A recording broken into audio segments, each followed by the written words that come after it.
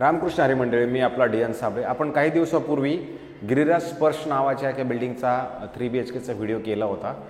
पण त्याच्यात carpet different होता. आता हा एक वेगळा कार्पेटचा आहे, ज्याच्यामध्ये कार्पेट तुम्ही जर विचार केला तर 1435 कार्पेट असणारा परत एक 3 BHK फ्लॅट आहे, ज्याच्यामध्ये 2 पार्किंग असणार आहेत. ग्राउंड प्लस 7 माळ्याचीच बिल्डिंग आहे. हाही फ्लॅट अनयूज अनटच असणारा आहे.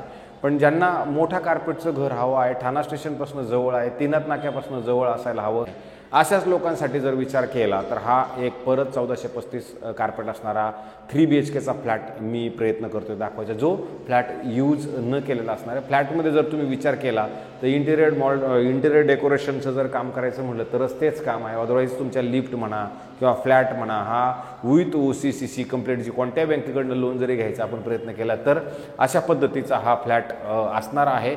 मागच्या वेळेला जो आपण 3 BHK फ्लॅट केला होता त्याचा जो फेसिंग होता तो ईस्ट वेस्ट असणारा फ्लॅट होता, ज्याच्यामध्ये तुम्ही बघू शकता ज्यावेळेला ह्या फ्लॅटच्या बाहेर आपण येणार आहोत त्यावेळेला एकच स्टेअरकेस असणार आहे, जे खालीवर जाण्यासाठी असणार आहे. अधिक एक ग्राउंड प्लस 7 माळ्याची बिल्डिंग असल्यामुळे ते जास्त हंकी फंकी नाही आहे. एक लिफ्ट आणि दोनच फ्लॅट एका फ्लोअरवरती असतील, पण लिफ्ट पण तुम्हाला 2च मिळतील. पण ज्यावेळेला आपण घराच्या आतमध्ये एंट्री करणार आहोत त्यावेळेला ही एंट्री मात्र तुमची साऊथची असणार आहे. पण जेव्हा तुम्ही ह्या फ्लॅटच्या बाहेर जाणार आहात त्यावेळेला तुम्हाला प्रॉपर नॉर्थ फेसिंगचा हा फ्लॅट असणार आहे. तसं बघितलं नॉर्थ ईस्ट येते तर नॉर्थ ईस्ट फेसिंगचा हा फ्लॅट तुम्हाला मिळतो. आणि जर तुम्ही फ्लॅटमध्ये इथे आलात ह्या 3 BHK फ्लॅटमध्ये तर तुम्ही बघू शकता हा जो हॉल आहे हा खूप मोठा, प्रशस्त आणि खूपच मोठा असणारा हा तुमचा 3 BHKचा हॉल आहे, जो तुम्हाला तिथून बघितलं तर इथपर्यंत असं राजवाड्यासारखं नक्की जाणवतं. जागा एवढी ठाणे शहरासारख्या ठिकाणी मिळतं म्हटल्यानंतर एवढा मोठा हॉल मिळतो ही खूप मोठी गोष्ट आहे. आणि त्याच्यानंतर जर तुम्ही इथे बघितलं तर तुम्हाला हा एवढा मोठा बाल्कनीचा स्पेस मिळतो. आणि बाल्कनीच्या समोर जर आपण बाल्कनीमध्ये उभं राहून जर आपण फ्लॅट बघितले तर तो समोर तुम्हाला गिरिराज हाईट्स नावाचं जे कॉम्प्लेक्स आहे त्या गिरिराज हाईट्स कॉम्प्लेक्सचा ॲम्युनिटीजचा तुम्हाला व्ह्यू नक्की ह्या घरामधनं मिळतो. त्याच्यानंतर ज्यावेळेला आपण हा हॉल बघू त्या हा तुम्हाला जाणवतो की किती मोठा, किती प्रशस्त हा हॉल असू शकतो. आणि हॉलच्या आपण जर ह्या साईडला एंट्री केली तर इथं खूप मोठा असा पॅसेज मिळतो. आणि ह्या साईडला इमिडिएटली जर आलो तर चांगलं भलं मोठं असं किचन असेल, जे किचन तुम्हाला बघू शकता किती मोठं आणि किती प्रशस्त आहे. आणि त्याच्यानंतर तुम्हाला किचनमध्ये पण बघितलं तर जवळजवळ 2.5 ते 3 फुटाची मोठी आणि चांगली बाल्कनी तुम्हाला याच्यामध्ये पण मिळते. म्हणून ह्याची जागा जी आहे तुम्हाला प्रशस्त आणि मोठी जाणवते, त्याचा फील तुम्हाला नक्की येतो. आणि त्याच्यानंतर मग आपण जर पुढे आलो तर पुढे आल्यानंतर इथे परत जर असं गेलं तर इथे तुम्हाला चांगलं मोठं असं वॉशरूम आहे, बाथरूम आहे, टॉयलेट आहे, जे कॉमन असणार आहे. आणि त्याच्या बाजूला जर इकडे आपण आलो तर इथं परत ड्राय बाल्कनीसाठी तुम्हाला इथे एक जागा आहे.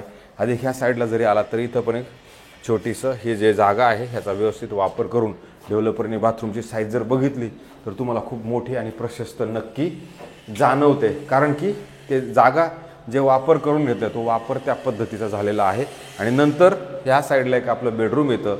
आणि ह्या बेडरूममध्ये जर आपण आलो तर मोठं बाथरूम आहे, जे बाथरूम तुम्ही ह्या साईडला जरी बघितलं तर ह्या बाथरूमच्या साईडला जरी आपण आलो तर ते बाथरूम अधिक तुम्हाला इकडनं परत ड्राय बाल्कनी टाईप म्हणा किंवा बाल्कनी टाईप तुम्हाला ह्या बाथरूममध्ये पण दिलेली आहे. तर अशा पद्धतीची ही मोठी जागा तुम्हाला इथे तयार होते. याच्यात काय केलं आहे डेव्हलपरनं, कोणतीही जागा वापर करताना त्या सगळ्या गोष्टींचा व्यवस्थित विचार करून बनवलेला आहे. आणि हा तुमचा मोठा असणारा पहिला बेडरूम आहे, जो खूप मोठ्या साईजमध्ये आहे.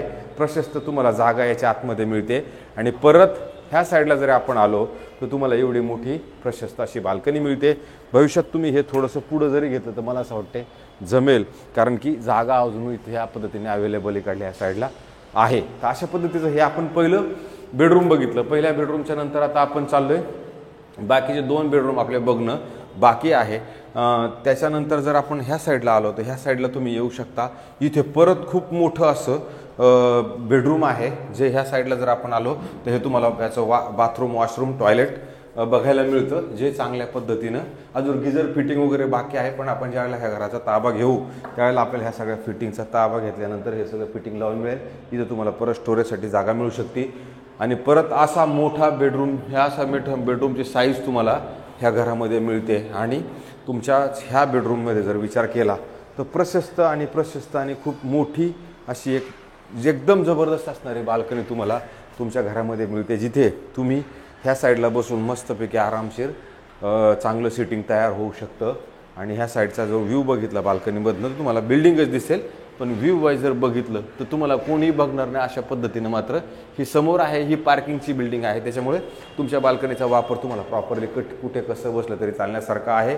आणि हा बेडरूम, आणि ह्या बेडरूमच्या आपण ह्या साईडला परत जर आलो तर इथे तुम्हाला परत ह्या साईडला एक मोठं बेडरूम आहे. जे पहिलं आपण आलं तर इथं तुम्हाला टॉयलेट, वॉशरूम, बाथरूम मोठं ह्या साईडला पण मिळतं, अशा पद्धतीचं हे आहे. आणि ह्याच्या जर बाहेर आलो तर परत हे आपलं मोठं बेडरूम असणार आहे. बघा बेडरूमची साईज परत भरगच्च आणि मोठी आहे. जर समजा एखाद्याला कपाट जरी बनवायचं म्हटलं तर इथून कपाट इथपर्यंत जरी बनवलं तरी खूप मोठी जागा होऊ शकते आणि परत तुमचा बेड वगैरे ह्या साईडला लागेल.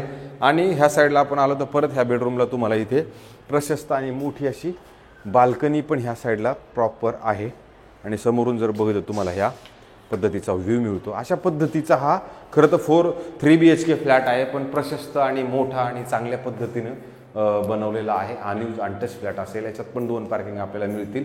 मेंटेनन्स वाईज जर भविष्यात विचार केला तर याला मेंटेनन्सला काय फक्त एवढंच आहे. ह्याच्या व्यतिरिक्त स्विमिंग पूल, क्लब हाऊस, गार्डन वगैरे या सगळ्या कोणत्याही गोष्टी ह्या बिल्डिंगमध्ये 100% नाही येतं. त्याच्यामुळे याचा मेंटेनन्स भविष्यात असेल तर कमी लोकांची सोसायटी असल्यामुळे त्या पद्धतीचा जेमतेमच विषय असेल सगळा. तर अशा पद्धतीचा हा जो फ्लॅट आहे, हा जर फ्लॅट तुम्हाला बघायचा असेल, आवडला असेल तर आपण ह्याची जी किंमत आहे, ह्या मालकाने आपल्याला ह्याची किंमत all including stamp duty, ration, flat cost, parking सगळं मिळून जर याचा विचार आपण केला तर साधारणतः 4,40 लाख रुपये याची किंमत असणार आहे. ठाणे शहरातलं घर आहे, हरिनगर सर्कललाच हे घर आहे. नवीन अनयूज अनटच फ्लॅट आहे. ह्या मालकांनी त्या पद्धतीने त्याची किंमत ठेवलेली. पण आता समजा राहिला प्रश्न याच्यामध्ये पैसे कमी करण्याचा.